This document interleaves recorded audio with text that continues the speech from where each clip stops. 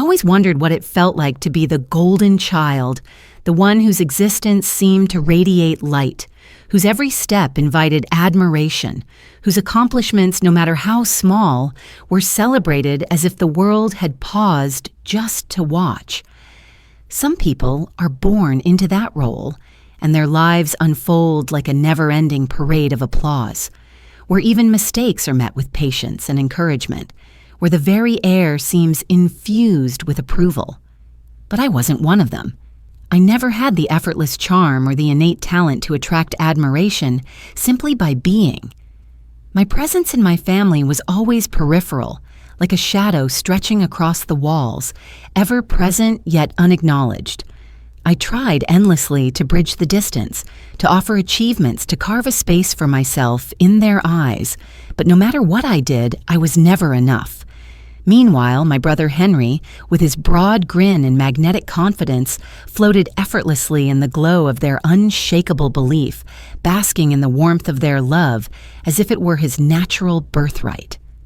It was impossible to compete against a life that had already been scripted to favor him, a life where my existence was a footnote, an afterthought, a cautionary tale. In our small Ohio town, reputation mattered more than reality. People knew your history before you had even begun living your life, and once a label was affixed, it was nearly impossible to shed. Henry was the prodigy, the athlete, the golden son who fulfilled every expectation with ease. I was the quiet one, the girl who buried herself in books, the one whose dreams and ambitions were dismissed as fanciful and impractical. My father, Richard, was a man whose presence was as imposing as it was invisible. He rose before dawn, returned home long after sunset, spoke little, and when he did, it was often only to express disappointment. He hovered like a silent specter, more noticeable in moments of displeasure than any instance of praise or affection. My mother, Ella Lanner, was present, but her attentiveness carried the weight of obligation rather than genuine interest. Raised with rigid values and a specific vision of success, she measured her children against a narrow definition of achievement, and I, naturally divergent, did not fit her mold. Henry was strong, ambitious, and family-oriented, ticking every box on her list. I was a blur on the canvas she had painted of perfection, a smudge of deviation she had learned to ignore. As we matured, Henry's achievements became the centerpiece of every conversation, every gathering, every familial interaction. He worked at a local car dealership, selling polished vehicles and shiny dreams, with the confidence of someone whose life was entirely validated by external approval. In the eyes of our parents, that was enough. The neatly kept house, the dutiful spouse, the sons following his path. Henry's life read like a checklist of success, and they clung to it as proof of their parental acumen. I, on the other hand, was relegated to insignificance. My pursuits, my work, my efforts to build a meaningful life were overlooked, dismissed before they had a chance to bloom. When I managed to scrape together enough money to attend college, it seemed like a temporary reprieve from their judgment, a fleeting moment of recognition. But the narrative they had written for me did not include independence or choice.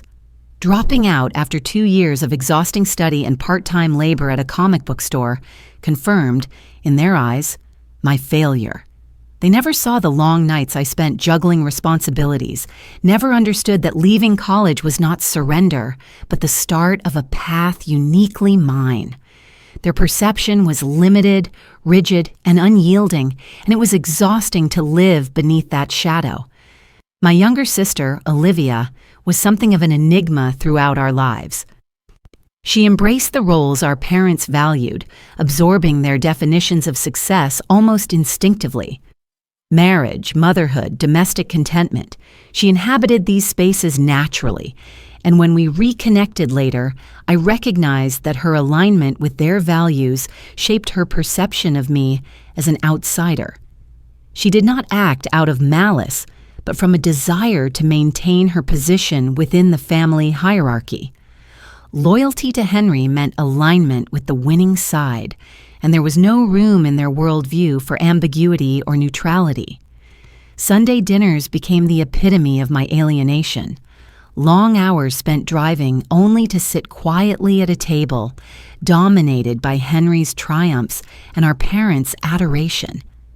When I spoke of my life, the conversation diverted as if my words were transparent, irrelevant, and inconsequential. They assumed I remained at the comic book store, unaware that it had shuttered a decade ago. Henry, ever the performer, would place a hand on my shoulder, delivering his rehearsed advice with a smile meant to convey concern, but dripping with condescension. "Amelia, you really need to have a plan for the future. You can't just keep drifting like this," he'd say. I would smile politely, biting back the truth, for if they knew what I had actually built, they would have been unprepared to respond. Over time, I stopped seeking their approval entirely, yet a small part of me still wondered what would happen if they finally saw me as I truly was. Childhood had instilled one painful truth. When your worth is measured against another's success, you are doomed to fall short, no matter how hard you try. I had asthma, which excluded me from sports, and I hated gym class, hated the burn in my lungs, hated the laughter of peers when I struggled to breathe. My mother would sigh, shake her head, and remark, "Amelia, you need to be stronger," as if sheer determination could override the physical limitations I battled daily.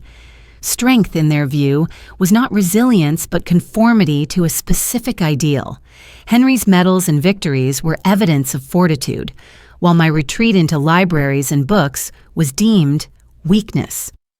After high school, I attempted to follow their blueprint, enrolling in college while working at the comic book store. It was, in its own small way, a sanctuary. I found a community of kindred spirits, a space where my passions were understood, yet my family viewed it as frivolous. "Do you really want to spend your whole life selling kids' stuff?" my mother asked one evening, her voice thick with judgment. I said nothing, the silence acting as a shield against yet another critique. 2 years later, I left college, suffocating under expectations that were never my own. To them, I had confirmed their worst fears. To me, I had embraced possibility. In the years that followed, I continued at the comic book store, but my ambitions had evolved. I connected with someone who shared my fascination with technology, someone whose intellect and vision matched my own. Together, we founded a small IT company, laboring through uncertainty, scarcity, and doubt. The early days were grueling, marked by sleepless nights and relentless worry. Yet, we persisted. Gradually, our small venture blossomed into something substantial. Contracts multiplied, our team expanded, and the business transformed from a fledgling dream into a valuable enterprise. When we eventually sold the company to a larger corporation, the financial rewards were beyond anything my family could have imagined. I did not flaunt wealth. My acquisitions were modest, personal, and deliberate. My triumph was not about proving them wrong, but affirming my own worth. And yet reality has a way of revealing itself. When the truth of my accomplishments emerged, Henry's carefully maintained composure faltered.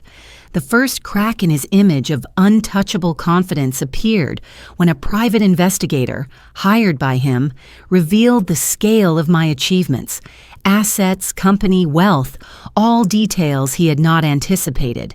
In their presence, his meticulous facade began to crumble. My mother's hands trembled, her smile forced.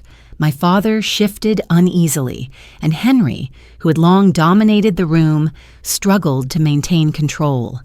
That initial discovery did not provoke immediate confrontation, but it set in motion a shift in the family dynamic that would ripple through every interaction thereafter. The subsequent family dinner was a turning point. Henry attempted to reclaim his dominance, reciting achievements and future plans, but the room no longer responded in the way it once had. Approval, the lifeblood of his confidence, was absent. I met his eyes calmly, pointing out, without anger, the cracks in his financial narrative. He sputtered, frustrated and incredulous, but the room's silence was deafening. For the first time, the golden child experienced the destabilizing effect of being overshadowed. Years of careful image management shattered as he confronted the reality that his sister, the long overlooked one, had quietly eclipsed him in a realm he had never anticipated. The confrontation did not feel like triumph, not at first. It was a quiet revelation. The story I had lived to prove myself was not about vengeance, but about finally being seen, and that recognition alone carried a profound weight. The days following that pivotal dinner were strangely quiet, almost surreal in their absence of confrontation. My parents, for all their insistence on family appearances, seemed unsure how to respond to a scenario that defied the roles they had assigned. Henry retreated into himself, a fortress of brittle pride, nursing a wounded ego that had never before been questioned. He was no longer the unassailable figure, the golden son whose every word carried weight. For the first time, the room no longer revolved around him. And yet, for all the shifting dynamics, I felt no elation, no immediate rush of triumph. Instead, I felt exhaustion, a deep and pervasive fatigue born of years spent proving a point that, in the end, needed no proving at all. My victories were mine, silent and self-contained, independent of the recognition I had longed for but never received. There was a strange peace in this realization, a freedom that came from finally disentangling my worth from the expectations of a family that could not or would not see me for who I truly was. I understood now that my journey had never been about outshining Henry or proving the inadequacy of my parents' judgment. It had been about discovering, accepting, and claiming my own identity in a world that had always attempted to define me through comparison and limitation. Olivia's eventual outreach was unexpected, a subtle shift that reminded me that change could take many forms and arrive when least anticipated. She called, her voice tentative, hesitant, as though she were stepping into territory she had never navigated before. "Hey," she said softly, "I just wanted to check in." Her words were simple, unadorned, yet they carried a weight I had not realized I had been carrying alone. I almost laughed at the notion that this was a breakthrough, a small acknowledgement from someone I had assumed aligned completely with the family status quo. "Since when do you check in on me?" I asked, not with accusation but with incredulity. Her sigh was quiet, thoughtful, carrying a sincerity that made the air between us feel lighter than it had in decades. "I guess I never really thought about how unfair it was, the way they treated you." That night, it was different. I closed my eyes, letting the words settle. Change did not need to be monumental. It could be subtle. An acknowledgement of reality finally reaching someone who had never questioned it before. And in that small, fragile acknowledgement, I found a resonance that reminded me that connection was possible, even if imperfect and delayed. Henry, on the other hand, remained an immovable presence in my peripheral vision, a constant reminder of the entrenched patterns I had spent my life navigating. 2 weeks after that unforgettable dinner, I received a message that was both absurd and revealing. An email from a lawyer informing me that Henry was attempting to sue me. Initially, I could not fathom the rationale. The notion was laughable on its face, a desperate ploy with no legal foundation, rooted not in justice, but in control. His case alleged defamation and irreparable damage to his reputation, accusations so tenuous they were almost comical. Yet beneath the absurdity lay a stark truth. Henry could not relinquish the narrative he had spent decades constructing. The lawsuit was not about winning. It was about asserting dominance, reclaiming a throne that had been quietly but irrevocably taken from him by the very person he had dismissed and underestimated. I forwarded the document to my own lawyer without hesitation, fully aware that the claims were baseless, but also understanding that the true battle was psychological, a desperate attempt to remind me that he still had power, or thought he did. Days later, a brief, measured response from me was sufficient to diffuse the situation. I wrote simply, professionally, reminding him that the pursuit was a waste of time, an exercise in futility, and that escalation would only expose the weakness he so carefully hid. As expected, Henry never replied, and within a week his lawyer withdrew the case. The resolution, while anticlimactic, crystallized a profound lesson. Henry's power had never been inherent. It had been granted by a willing audience, and once that audience shifted, his influence evaporated.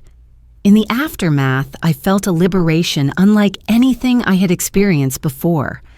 I no longer needed to measure my life against anyone else's timeline or success. The victories I had quietly built, my company, my wealth, the stability I had cultivated, were, for me, untainted by the need for approval. Luca, who had been a steady presence through the early years of my ascent, embodied the understanding and acceptance I had long craved but rarely received from family. Our connection was one of mutual respect, of deep recognition, of shared dreams without the weight of expectation. One evening, as we sat together on his balcony, the city lights twinkling in the distance, he asked a question that had not occurred to me. "Have you ever thought about leaving Ohio?" The query struck me with both surprise and clarity.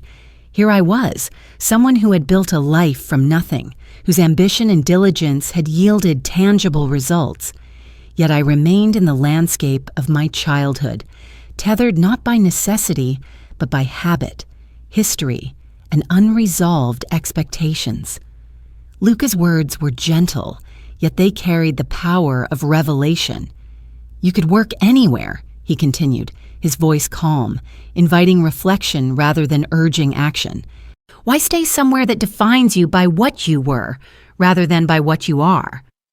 I gazed down at my glass of wine, contemplating the years spent attempting to carve a space of recognition within a family that would never grant it freely, and I realized the truth. I had already claimed my victory. I did not need to remain to prove anything further. My life, my achievements, and my happiness were mine to determine. That moment became the catalyst for a transformation that was both quiet and resolute. Over the following weeks, I made deliberate choices that reflected the autonomy I had fought to achieve. I packed my belongings, sold my house, and left Ohio, not in dramatic defiance, but with a serene and unshakable certainty that this was the right path. My departure was unaccompanied by anger, confrontation, or the desire to provoke guilt. My family's reactions were muted. Olivia offered a small, heartfelt wish of luck. My parents barely noticed, and Henry predictably had nothing to say. And yet, in that silence, there was liberation. I was not fleeing.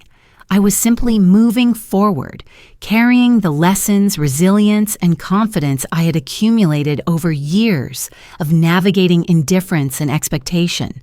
I had built a life that was substantial and authentic, one defined not by comparison, but by my own terms.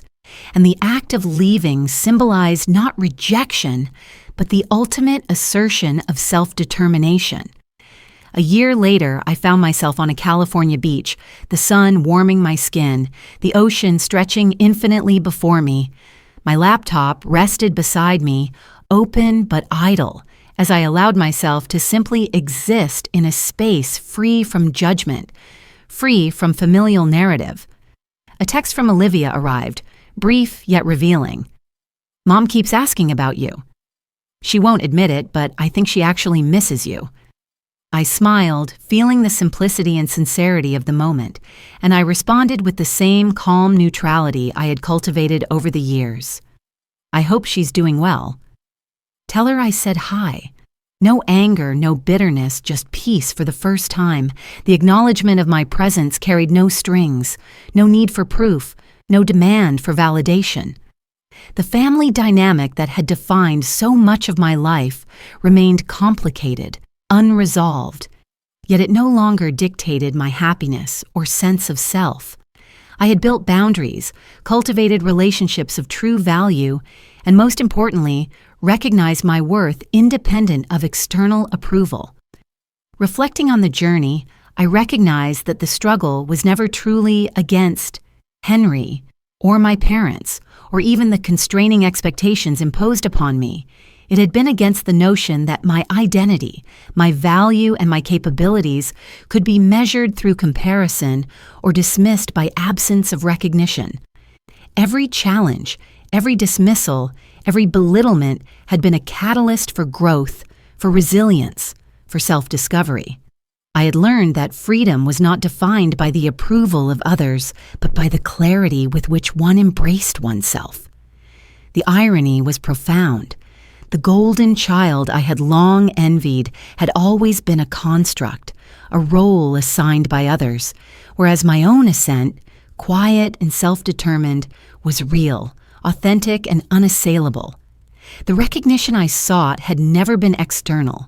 It had been internal, a realization that my achievements, my life, and my choices carried intrinsic value beyond anyone else's perception. Sitting on that beach, feeling the rhythm of the waves and the warmth of the sun, I allowed myself to envision the future without constraint.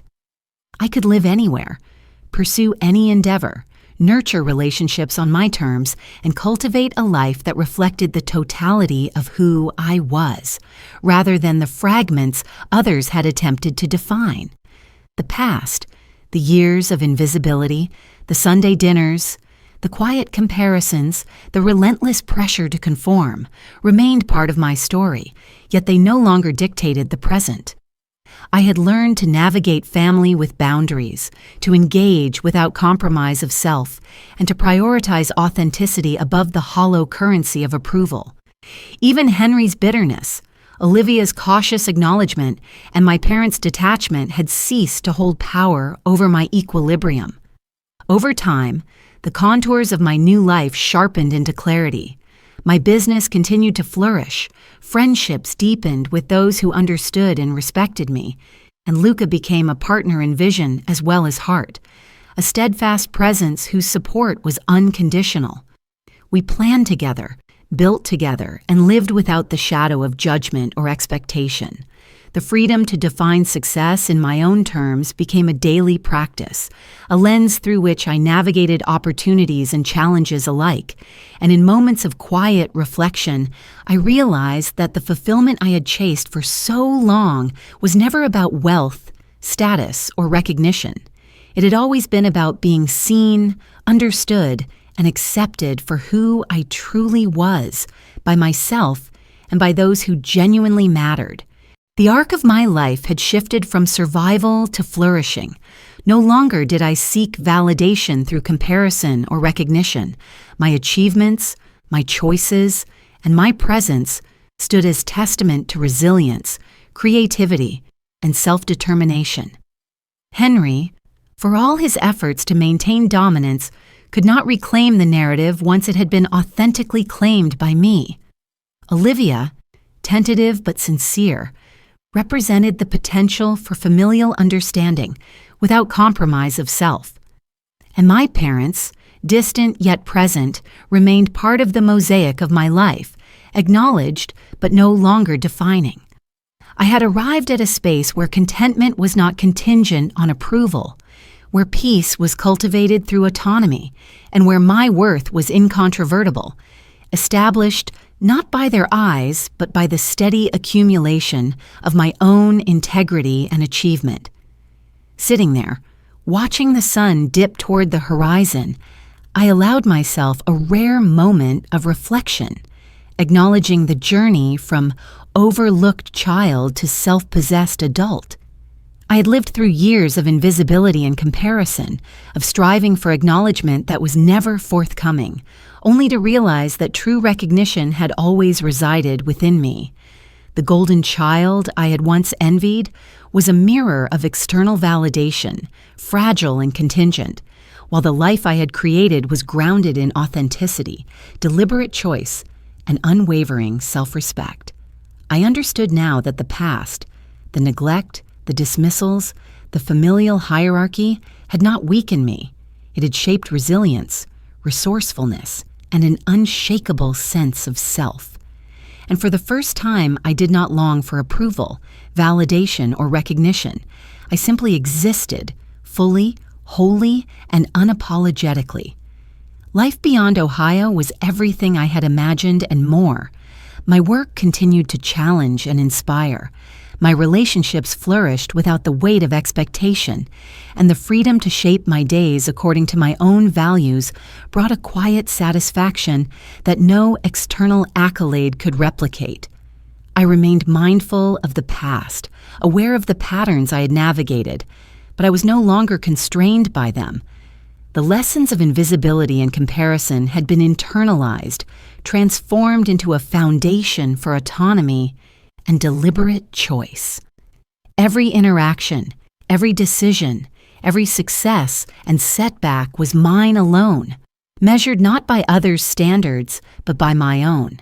And the realization of that truth was profoundly liberating. In the end, I understood that life's worth was not measured by the glow of approval in another's eyes, but by the depth of understanding and acceptance within one's own. I had stepped beyond the shadow, beyond the roles assigned by family or circumstance, and into a space of authenticity, clarity, and peace. And in that space, I was complete, not as a reaction to others, not as a challenger to Henry or a seeker of parental recognition, but simply as myself. The weight of proving, competing, or validating had lifted, leaving a life unburdened, rich in accomplishment, and resonant with meaning. I had arrived at a place where identity was self-defined, success self-determined, and fulfillment internally sourced, and that, more than any applause or acknowledgement, was more than enough.